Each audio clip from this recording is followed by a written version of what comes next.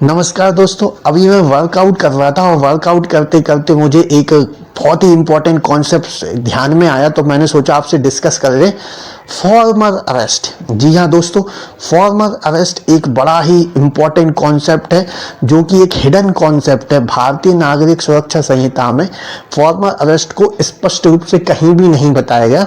आप as an advocate जब criminal cases deal करोगे तब आपको फॉर्मर अरेस्ट के बारे में पता चलेगा कि क्या और कब फॉर्मर अरेस्ट होता है, और जो सेक्शन 35 से जो अरेस्ट बताया गया है और सेक्शन 43 ऑफ भारतीय नागरिक सुरक्षा संहिता की अरेस्ट कैसे किया जाता है उससे बिल्कुल ही डिफरेंट कॉन्सेप्ट है।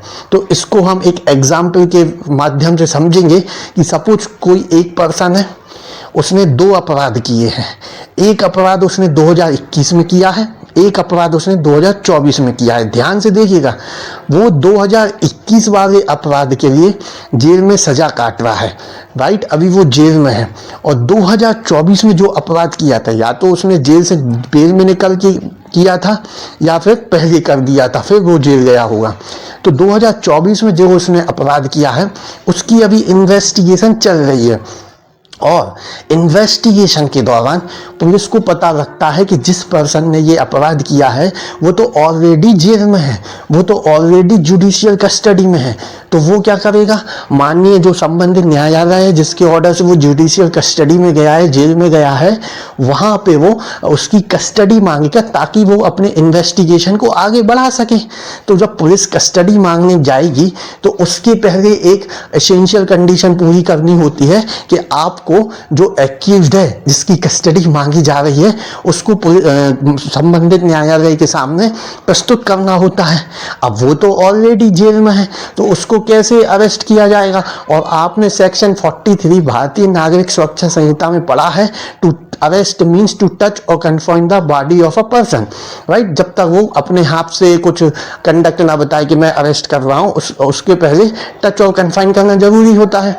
तो अब वो ऑलरेडी जेल में है, तो वो कैसे उसको टच और कन्फाइन करके अरेस्ट किया जाएगा। तो यहीं से ये कॉन्सेप्ट निकल के आया, CBI special investigation cell versus Anupam J Kulkarni. 1992 में एक केस आया था, उसमें फॉर्मल अरेस्ट को इंट्रोड्यूस किया था, और माननीय सुप्रीम कोर्ट ने बोला था कि यदि जिस पर्सन की पुलिस कस्टडी चाह रही है और वो ऑलरेडी जेल में है तो पुलिस एक पेपर मेमो के माध्यम से एक नॉर्मल फॉर्मल अरेस्ट कर लेगी, सिर्फ पेपर में लिखावट करके।